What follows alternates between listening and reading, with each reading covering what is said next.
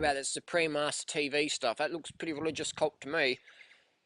There's some religious people who are into veganism, and that's cool. You know, I'm not against religion. What I am against is people saying, you're some sort of vegan religious sort of weirdo crackpot. You should eat animals. And then you turn it around and say, you're walking a dog. Do you mind if I kick your dog really hard? And they're like, you touch my dog, I'll whip your legs off, mate. And I'm like, I don't want to kill your dog, I just want to kick it. Oh, you touch my dog, I'll whip your legs off. And you're saying, well, hang on, you're giving me crap for not killing and eating animals, and I just want to kick your animal, and that's bad? I'm confused. You can come over to my house and kick my orange tree if you want. You can eat the oranges. You can eat the plants in the garden. No problems. I don't understand. Can you bring me up to speed? That's a good question to ask people. We live in a world where majority of people think you're crazy if you don't want to kill an animal to eat it. Yet, if you do kill the animal, you can get put in jail.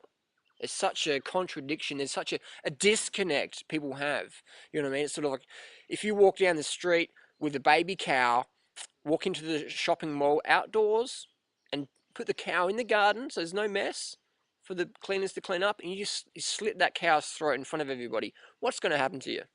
You're going to get locked up. You'll be front page newspaper. Some crackpot kills an animal in the mall. If you get 1,000 cows and do that, you get paid for it. Now, you're a beef farmer, a dairy farmer. Congratulations, you're a contributor to society. Interesting, isn't it? If you get an orange tree and wheel it into the mall in a big pot and you offer people oranges off the tree, people will be like, cool, man, you know what I mean? They would talk to you, think, this is pretty cool, man. This is different, but it's cool, you know what I mean? Interesting, isn't it? If you eat a dog in Australia, you're a crazy person. If you eat a dog in China or Korea, that's normal. You know what I mean? McDog, over there, no problems. Over here, it's not going to happen. But why? Because people have conditioning. They have dogma. What does dogma mean? Dogma is opinion, it's belief. So they have this dogma in their head. It's okay to eat cows, but it's not okay to eat dogs. Then in India, we have it's okay to eat whatever, but it's not okay to eat that. So there's this dogma that meat eaters follow. They don't listen to human physiology and anatomy. They listen to dogma, propaganda put out by the meat, dairy industries, the killing industries, the death machine industries. If you don't eat dead animals, your ear's going to fall off and you won't get enough protein. And there might be vegan bodybuilders out there, but they're probably holograms from the tofu industry. And you can't eat fruit because fruit's got too much sugar in there. You need to eat animal fat. You need to eat pig ass to get lean. Get the fat from a pig and eat that, and that'll make you lean. Don't eat any carbohydrates because that'll give you energy and you're able to see clearly, think clearly through all the bullshit, the dogma, and the propaganda that these industries put in your TV, in your children's lunch, children's education, your magazines, media, radio, TV, internet, bombarding you, telling the lies. You believe the lies they tell you, you buy the products they sell you, and that's just how we have it. And if you go against that, you're a vegan, zealous, religious crackpot nut. And if you care about your health, you're a health nut. Cool, I'm a health nut. I want to be a health nut, and I love it. You know what I mean? Nothing feels better than being fit and healthy and making a difference in the planet, making your life count for something versus just being another consumer who's living a life of quiet desperation. Who wants that? Everyone's doing that. I don't want to do that. So there's options. So is vegan lifestyle some religious cult, whatever? No, not at all. It's human physiology. It's human anatomy. It makes sense. The time to eat animals is when you're walking down the street and you see a stray dog or a little fox terrier walking along and it comes up to you. Pick the fucker up and eat it. That's when you need to eat meat. If you're worried about you got kids and should you feed them meat and stuff, take them to the pet shop. And if they want to just get a little budgie, a canary, no one's looking, just say, hey, no one's looking, just put the canary in your mouth. It's okay. If your kid wants to do that, they needed meat. Otherwise, no problems. And what about milk, though? I mean, people say, Harley, you're childish and stuff. And I'm like, well, I may be childish and immature, but I'm not the grown adult who's drinking milk, mummy's milk. And not milk from my mummy, milk from the four-legged mummy down the road in the factory on the grass-fed pasture that's put in a big vat with literally hundreds of other bovine mummies, mammary secretions mixed up. You're drinking that, and we know milk's full of pus, blood, and hormones. People go, Harley, not my dairy. My dairy is organic, and we look after the cows. And I was like, yeah, but it's still got pus in there because red cells and white blood cells, when they oxidize or photooxidize, they turn to pus. You can't commercially produce milk from a cow and not have pus in your milk.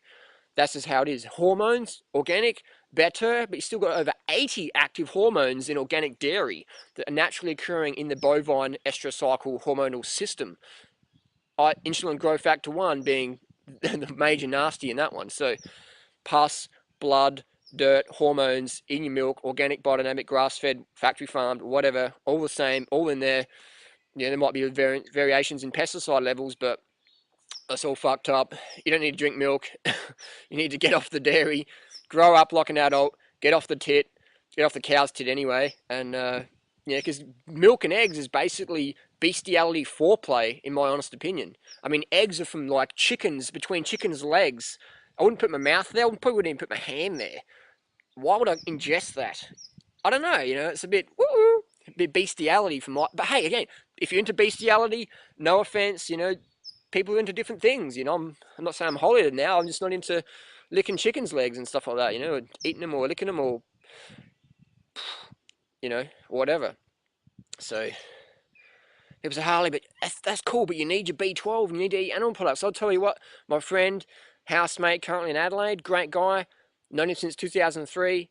In 2001, he started his eating animal products to raise his B12 serum levels, and his levels are still deficient according to his blood test last week. So we've got literally 10 years after consuming raw animal products to raise his B12 levels. Hasn't happened after 10 years. So I gave him a B12 injection yesterday, and we'll give him probably 9 over the next month. So this whole fallacy that you need to eat animal products with B12, though, it's absolute rubbish. Because if it was true, my friend Clint would have super good B12 levels, so it's not true. But also in a bigger study, we see the Framingham study, over 40% of participants B12 deficient, borderline. And we've got to understand that in some of these studies, they use a minimum cutoff of 150. In Japan, it's 500 to 550 cutoff. You know what I mean? So it would be a lot more than 40% if we use the Japanese standards. And Japan has one of the lowest rates of dementia, comparable to the Western nations who have a low serum B12 cutoff. So if you want to raise your B12 up using animal products, very dangerous, not effective. What's the most effective? B12 injections, guaranteed. They definitely work. In a world of could, would, shoulda, done so definitely. So there you go. Is a vegan diet religion craziness? Make your own decisions. So basically, I just encourage people to listen to your heart, listen to the science, listen to your body, listen to nature. Like I said, if you want to walk up to a chicken and eat its menstruation, power to you, man. You're more out there than I am. If you want to take your kid to the pet shop and feed him canaries, do it. That's adventurous, maybe. I don't know.